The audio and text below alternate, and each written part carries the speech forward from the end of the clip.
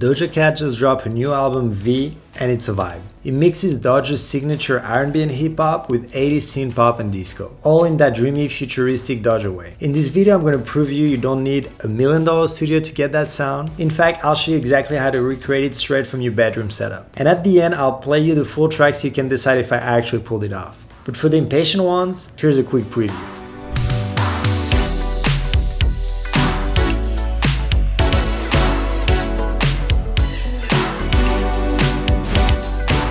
So here's the plan. We're going to start by layering down the 3 foundational pillars to create that 80s synth-pop R&B vibe. The drums, the keys, and the bass. Once that foundation is in place, we'll move on to the melodic layers and your Candies, which in my opinion is what really separates amateur tracks from professional ones. And finally, we'll go over a simple arrangement strategy to shape everything into a full song with proper structure. Let's start with the drums, the foundation of that 80s retro vibe. We're going for that classic 80s sound, a big gated snare and a groovy, slightly busy kick pattern. It should feel smooth, not aggressive. Think 80s dance floor vibe. For the verse, I'm keeping it super open, no hi-hat or shakers, just a few percussive hits used as your Candies. What's really important for the drum is to get the right sounds for that. So we want something laid back, smooth, and not too aggressive. So I went ahead and picked a few sounds from the Oliver 80s Decade pack. So that's the kick I like, pretty smooth. And here I took one snare and one other stack snare / clap. That sounds pretty cool. I might layer another clap on it. Yeah, that clap's pretty clean. So I'm gonna take that clap and I wanted the song to start with that feel. That's really gonna set the tone. The 80s disco synth pop have a lot of this kind of like double fast kick.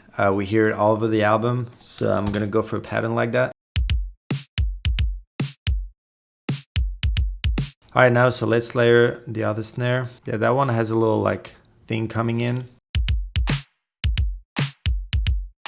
And I'm gonna add the clap on every other beat to create a little bit of contrast. And I'm gonna use micro shift to put it in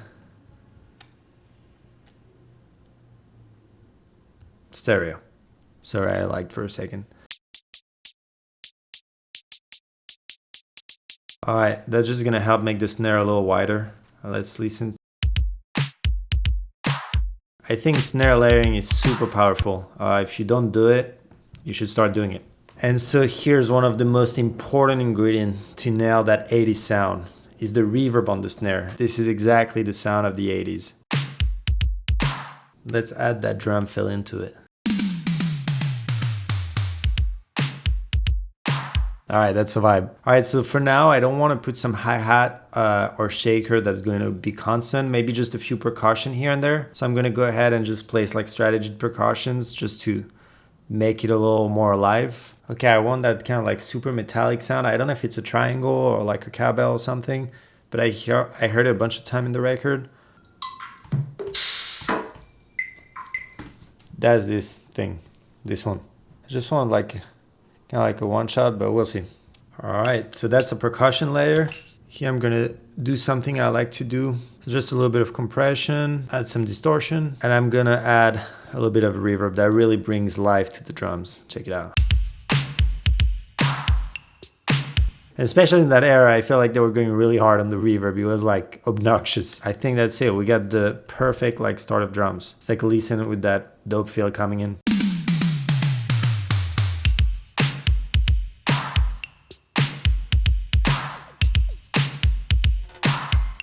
Now that we've got the groove, let's lay down the chords.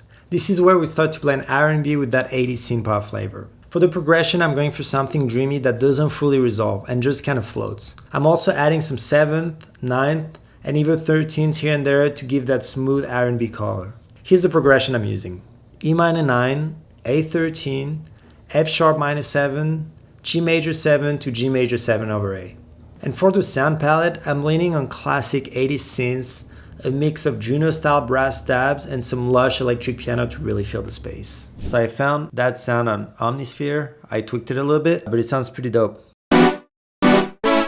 Pretty nice sound, so I think I'm gonna start with that. So yeah, let's see how that sounds in context. I'm just gonna jam it and see if it feels good. Like find the rhythm to lock it in. Let's try it out.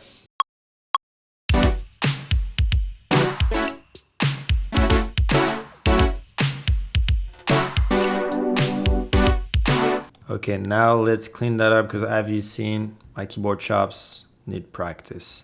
All right, so I cleaned it up a little bit. Here's what we got so far.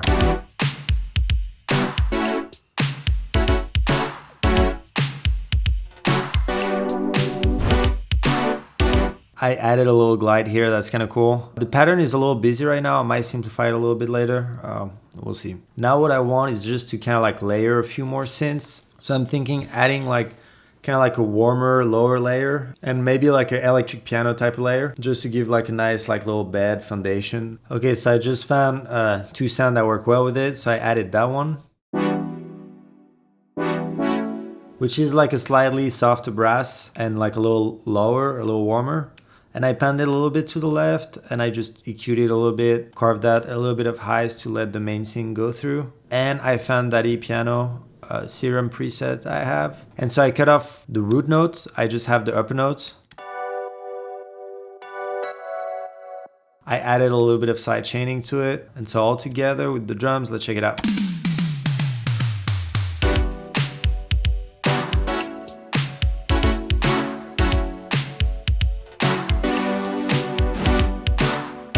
Next up is the last but maybe the most important of the three foundational pillars, the bass. Honestly, if you can nail the drum and the bass, you're already 80% of the way there. For this track, a Juno style synth bass is the way to go. Something bouncy but not too aggressive. Something warm, round and smooth. The bass should groove, but we want to keep it simple, mostly locked in with the kick pattern. This is going to be the glue between the rhythm and the harmony. So I'm thinking like a Juno type sound. I found that sound, that sounds pretty cool and I think it's gonna fit well. So I'm just gonna start with that. I'm gonna start just with the roots. So we start with the E, then we go A, F sharp, G, G, A. I think that's something like that. Okay, so now I'm just gonna lock in that pattern with the kick. See how that works?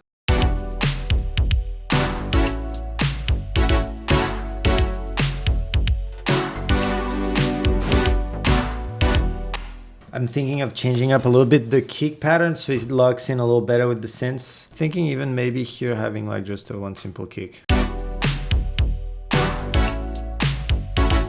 Yeah, dude, it's always a rule in music. More space is better. My shit was too busy. Yeah, I think that's good for the bass. I'm just gonna slap a couple of things on it. A little bit of R bass always.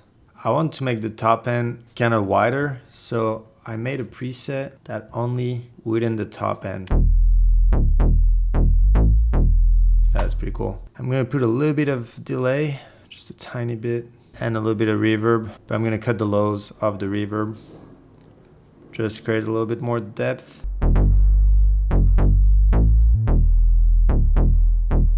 And of course, I'm gonna sidechain the kick with Suze. All right, I think that's pretty good for the bass, at least for now. Maybe I'll change it later. Let's take a listen, all of it.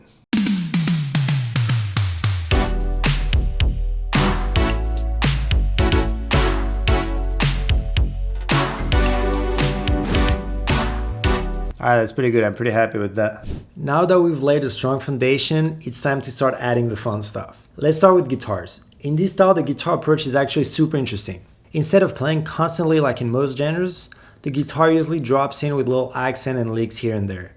It's used more like ear candy than a main instrument. So I'm gonna have to try and restrain myself on this one. And for that also I want like a very like chorus guitar, like classic, like 80s. So I think that tone works pretty well.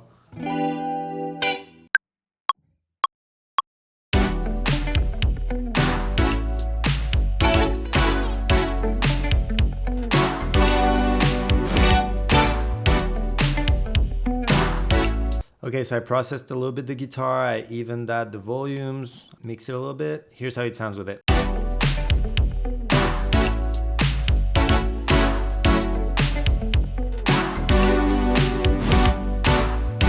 Now this is my favorite part. The extra ear candies and melodic layers. These are the little details that in my opinion separates amateur track from professional sounding ones. We're gonna add melodic layers and just like the guitars, we'll treat them as ear candy. Little bits of melody and texture that come in and out to keep the song fresh and interesting. So there's a few that I want to add, but the first one is like this classic 80s bell sound. So I found that patch on Omnisphere that sounds pretty good. So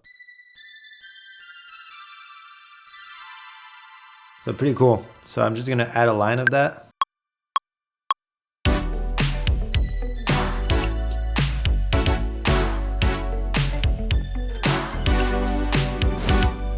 Okay, so now the second ear candy I want to add is a glidey synth that's just gonna like do some like accents. So I have a perfect sound that I love, again on Omnisphere. So I'm using my keyboard as a MIDI keyboard right now. So that's the sound, which is pretty cool, right? But check, here I get a mode wheel when I do this.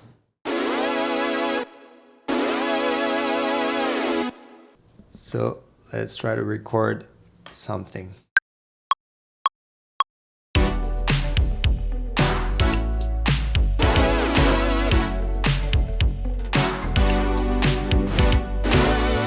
Perfect. That works great. I'm gonna do a high octave and a low one, but kind of pan differently. And maybe the high octave a little lower since it's a little more aggressive. Let's group them, push them in the back with some reverb and stuff.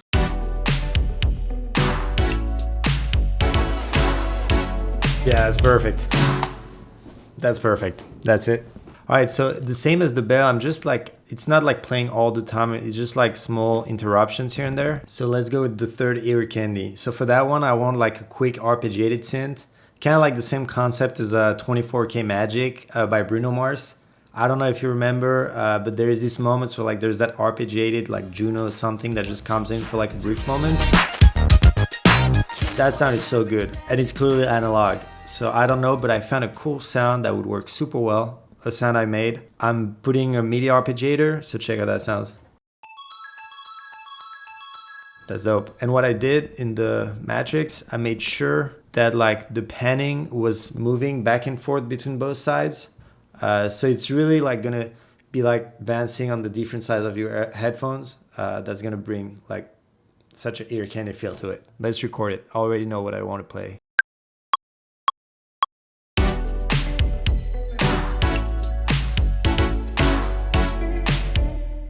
All right, now let's push it in the back a little bit with that mic technique thing.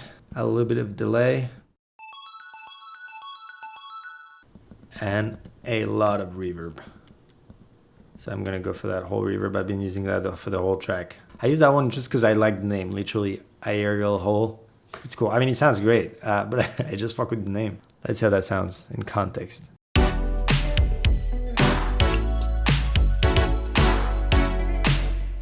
That's fire. That's what I'm talking about. That's so nice on the ear. So between that, the synths and the little bell, that's like starting to be a good amount of ear candy. I'd like to kind of like add some like string pads, like string line, but that's a pain in the ass to program. It takes a while. I don't know if I have the energy for that right now. Maybe I can find a cool line on Splice. Give me a second. Later. All right, so I ended up adding these strings. I'm not sure if I really like them. So in context, I guess it's pretty cool. It's pretty cool. I think we're getting there. We've got all, or at least most of the ingredients. Now it's time to arrange everything into a full song with proper section. For this genre, the sections are usually pretty similar to each other, but the key is the subtle changes that raise or lower the energy from one part to the next. And then I did a little arrangement. I did off camera because it's kind of boring. So for the pre-chorus, I just like stripped it down and added that shaker loop. So we just have one synth, one keyboard, the bells, a shaker loop that I just added, and a clap. And then it's just a bunch of risers and stuff. I might build up the pre-chorus a little more with some automation and stuff, but for now it's pretty good.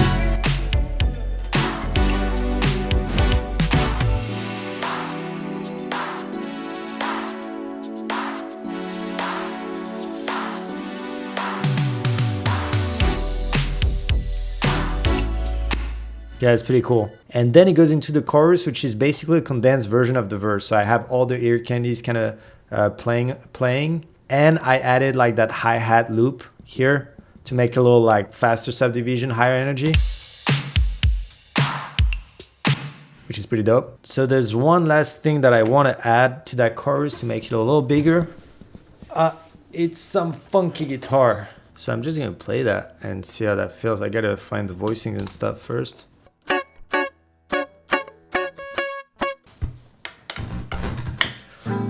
So I decided actually I'm gonna use my that's why I don't use my Fender Strat as much, because I pick up a lot of interference. But yeah, I'm gonna use my Strat Because I mean, funky guitar, Neil Rogers, this kind of stuff, you just need a Strat, you know.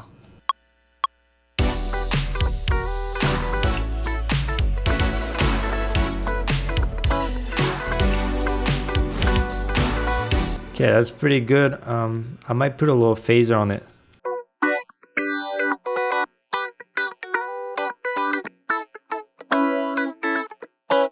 Yeah, that's cool. Just a little bit, not too much. Honestly, between the hi-hat and that, we're just raising the like subdivision. We have a cool feel going into it. I don't think we need more for the chorus. It's just a hyper version of the verse, basically. And maybe when we come back on the verse without the synths, maybe, you know, a little breakdown or something.